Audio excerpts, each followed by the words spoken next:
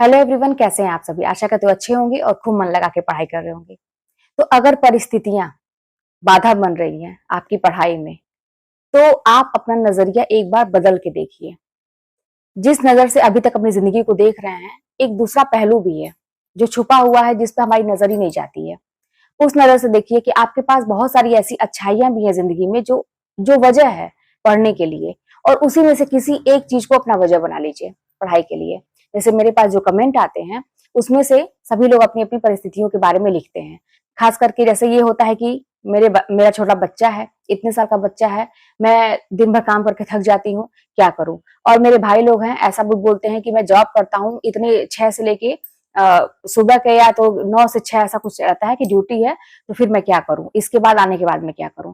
तो परिस्थितियों की ही मैं बात करूंगी कि हमें दूसरों से प्रेरणा लेनी चाहिए। मैं भी ऐसा ही करती थी, जब भी कभी डिमोटिवेट होती थी। तो ये आप देखते होंगे ना, टीवी में रियलिटी शो आता है इंडियाज गॉट टैलेंट, आप लोग भी देखे ही होंगे। उसमें ऐसी ऐसे वहां तक मैं किसी की भी बात करूं, देखिए वो टीवी की दुनिया हो या क्रिकेट की दुनिया हो या फिर पढ़ाई लिखाई की दुनिया हो या फिर किसी भी चीज की दुनिया हो, मतलब किसी भी चीज की दुनिया हो, जो लोग वहां तक पहुंच रहे हैं, जो लोग एक अलग अपनी पहचान बना रहे हैं, वो अपनी लाइफ में कितना स्ट्रगल करके वहां तक पहुंचे हैं, ये जब हम उनका इंटरव्यू देखते हैं या जब वो अपने मुंह से बताते हैं तभी हम जान पाते हैं। तो मैं तो यही देखती थी कि परिस्थितियों की बात मैं करती थी। मेरी भी परिस्थिति बहुत खराब थी, मैं भी ऐसे सोचती थी जैसे आप लोग कहते हैं कि क्या करे, बच्चा है, ये है, वो है। तो फिर जब वहां पे मैं देखती थी कि यार 6-6 महीने के बच्चे को लोग छोड़ के या 6-6 महीने के बच्चे को के साथ लोग पढ़ाई करते हैं, और उसके बाद वहां पे तो अलग अलग टैलेंट दिखाते हैं। तो वहां पे किसी के तो हाथ ही नहीं है, दोनों, किसी के पैर ही नहीं है, कुछ भी नहीं है, लेकिन वो व्यक्ति वहां तक पहुंच जा रहा है और जीत भी रहा है। और जहां तक जॉब की बात है, तो मैं बताऊं कि एक था, उसी में मतलब था कि वो डिलीवरी बॉय दिन भर खाना बांटता था सबको, खाना पहुंचाता था घर घर। आप सोचिए दिन भर वो गाड़ी चला रहा है तो कितना वो मेहनत करता होगा। उसके बाद जाके वो शाम को पढ़ाई करता था और उससे निकाला। और सबसे बड़ा एग्जाम्पल तो हमारे एपीजे अब्दुल कलाम जी हैं। आपको पता है कि कितनी गरीबी में इनका बचपन बीता था और ये पेपर तक बांटे थे घूम घूम के। अब सोचिए कि जो इतना महान बन सकता है बाद में, वो कितना छोटा छोटा काम किया होगा। और इनका ये भी कहा जाता है कि इन्होंने जो चीजें लॉन्च की थी वो पहली बार में सक्सेस नहीं हुई थी, लेकिन उसके बाद वो हारे नहीं, उस पर लगे रहे, वो सक्सेस हुए। संदीप माहेश्वरी जी का भी इस तरह से है कि वो दूसरी चीज करना चाहते थे लेकिन वो नहीं किए, लेकिन अपने लाइफ में उन्होंने जो स्ट्रगल किया और जो उसे सीखा, वही चीज आज दुनिया को लोग बताते हैं। और सबसे आप तो सुनते ही हैं कि उनका मोटिवेशन एक नंबर का रहता है। तो वही थोड़ा सा मैं ऐसे ही लोगों से सीखती हूँ कि लोग अगर यहाँ तक पहुंचे तो उनके पीछे एक कहानी तो जरूर होती है। लता मंगेशकर जी की कहानी सुनिए, महादेवी वर्मा की कहानी सुनिए, मतलब किसी की भी आप बात कर लीजिए, सचिन तेंदुलकर की बात सुन लीजिए, विराट कोहली की सुन लीजिए, और भी किसी भी दुनिया में आप बात करें, किसी भी फील्ड में जो लोग वहां तक पहुंचे हैं, उनकी कहानी एक बार आप पढ़ के तो देखिए, उनके स्ट्रगल को एक बार देख के तो देखिए, पढ़ के तो देखिए कि क्या वहां पहुंचना आसान था, क्या उनकी लाइफ में दिक्कत नहीं थी।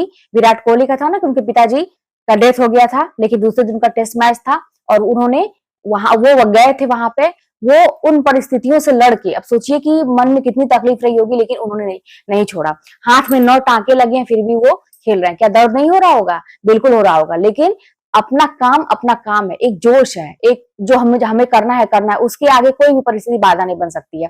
इसी तरह से मैं आप लोगों को बता रही हूँ। और आप सुनिए, जैसे जो गोरखपुर में रहते हैं वो जानते होंगे, जो बैंक रोड है हम लोग का यहाँ पे, या आप लोग भी जहां भी रहते हैं आप लोग देखे होंगे, सड़क के किनारे ये छोटे छोटे ये टेंट टाइप का, ये प्लास्टिक का ऐसे डाल के बहुत सारे ऐसे रहते हैं लोग जिनके सिर पे छत भी नहीं है, और उनके छोटे छोटे बच्चे ऐसे ही बिना कपड़े के ऐसे ही घूम रहे हैं सड़क पे, और न बाल बंधा है, और यहाँ तक कि खाने का भी ठिकाना नहीं है कि इस समय तो कहीं से मांग होंगे, गुजारा हो गया किस तरह से, पेट इस समय भर गया, लेकिन अगले अगले जो मेरा समय आएगा उसमें पता नहीं मुझे 2 वक्त की रोटी भी नसीब होगी कि नहीं।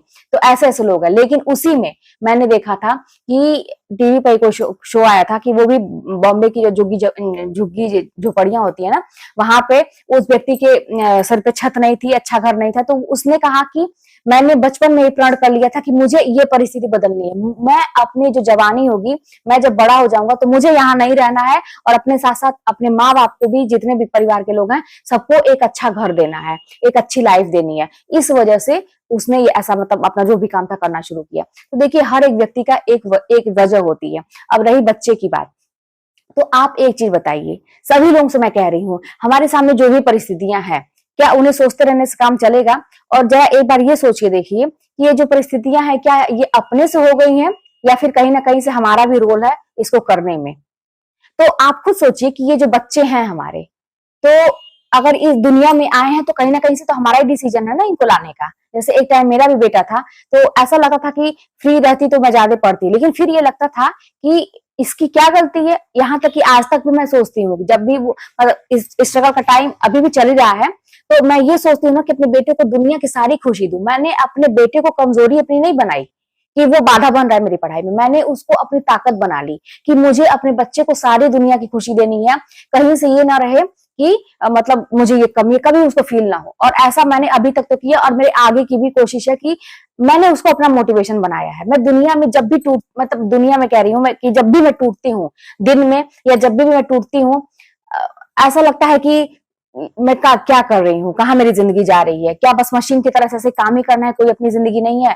ऐसा जब भी मन में आता है ना, तुरंत मेरे बेटे का चेहरा सामने आता है कि नहीं यार उसके लिए करना है मुझे, उसको बहुत कुछ दिखाना भी तो दुनिया उसने देखा ही नहीं, वो भी मेरे साथ साथ बहुत स्ट्रगल किया है मेरे साथ साथ। तो अपने बच्चे को, अगर आपका बच्चा छोटा है तो उसका चेहरा देख के वही एक मोटिवेशन आपके लिए है कि उसके चेहरे पे एक स्माइल, आज उसके मनपसंद कोई भी चीज दिला दीजिए, देखिए बच्चे के चेहरे पे स्माइल आ जाएगी। और माँ बाप को इससे बड़ी खुशी कोई भी नहीं होती है। और अगर आपके माँ बाप आपको पढ़ा के यहाँ तक पहुंचाए हैं, तो आप खुद सोचिए कि अगर आप माँ बाप बन चुके हैं तो क्या फीलिंग होती होगी, आपके माँ बाप की क्या फीलिंग रही होगी, और उन्होंने किस तरीके से आपको पाल पोस के इतना बड़ा किया। अब समय है आपको उसका रिजल्ट देने का, पढ़ के कुछ लायक बनने का, नाम करने का। अपने माँ बाप को मोटिवेशन बनाइए, बच्चे को मोटिवेशन बनाइए, जो चीज आपकी कमजोरी लग रही है उसको मोटिवेशन बनाइए। अगर घर का माहौल नहीं सही है तो उसी को मोटिवेशन बनाइए कि मैं इसको बदल के रहूंगी और किसी भी तरह से बदल के रहूंगा। अगर आप नौकरी करते हैं, कह तो रहे हैं कि शरीर में इतनी हमारी ताकत होती है ना कि वो कभी थक ही नहीं सकता है, विश्वास मानिए ये मेरा।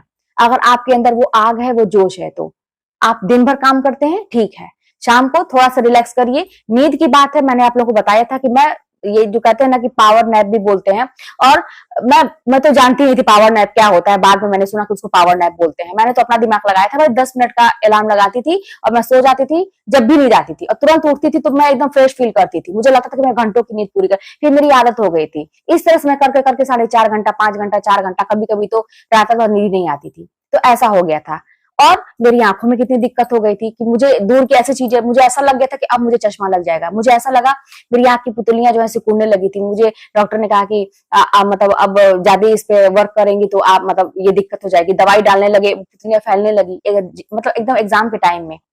लेकिन मैंने हिम्मत नहीं हारा, मैं अपना एक आंख बंद करके ऐसे पढ़ती थी, फिर एक आंख बंद करके ऐसे पढ़ती थी, और उतने ही घंटे, कहीं से भी घंटे में मैंने कमी नहीं की। मैं भगवान के सामने रोती थी कि क्यों मेरी इतनी कठिन परीक्षा आप लेते हैं, अब आंख से ही पढ़ना है तो जब आप उसी को ले लेंगे तो फिर मैं क्या करूंगी। लेकिन बड़ी कठिन कठिन परीक्षा भगवान ने मेरी ली है, जान लीजिए। लेकिन मैंने हिम्मत नहीं हारा है, मैं एकदम खरी उतरी हूँ, और वही उसी का देने के रिजल्ट मेरा आया। और आज के डेट में सारी बीमारी खत्म है। जब आपका एग्जाम का रिजल्ट आ जाएगा ना सफलता वाला, तो सब बीमारी खत्म हो जाएगा। तो भाई परिस्थितियों को अपनी वजह न बनाइए, उसी को अपनी ताकत बना लीजिए, है ना। तो देखिए हमारी जिंदगी जो होती है ना, कि जैसे मैंने ये लाइन सुनी, मुझे बहुत अच्छा लगा कि हमारी जिंदगी जो होती है ना, जो पेन हम लिखते हैं जिस कलम से, उसकी जो स्याही होती है रिफिल, उसकी तरह होती है कि भाई हम लिख रहे हैं, जिंदगी तो चली रही है, निकल रही है, और एक ना एक दिन तो खत्म हो ही जानी है। जैसे उस रिफिल का हालत होता है कि एक वो चल रहा है, जब तक चल रहा है, अंत में तो उसकी इंक खत्म होनी ही है। तो भाई जब तक हमारी जिंदगी की इंक खत्म हो, तब तक हमें अपनी सफलता की कहानी लिख देनी है, ताकि जब हम न रहें या रहने पे ही कम से कम कुछ लोगों को प्रेरणा दे सकें, और न रहने पे 4 लोग हमारे विषय में अच्छी बातें कर सके, याद कर सके। तो ये अपना एक कहते हैं ना कि अपनी एक जिज्ञासा होती है कि हमें लाइफ में करना क्या है।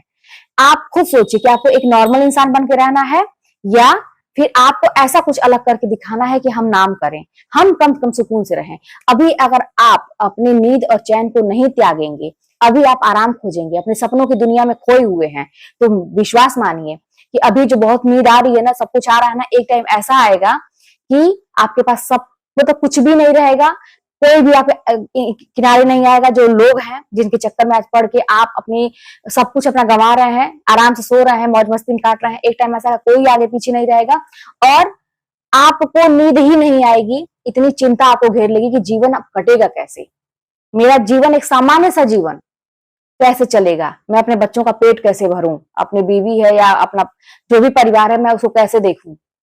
ऐसा ऐसा भी दिन आ जाएगा। क्यों?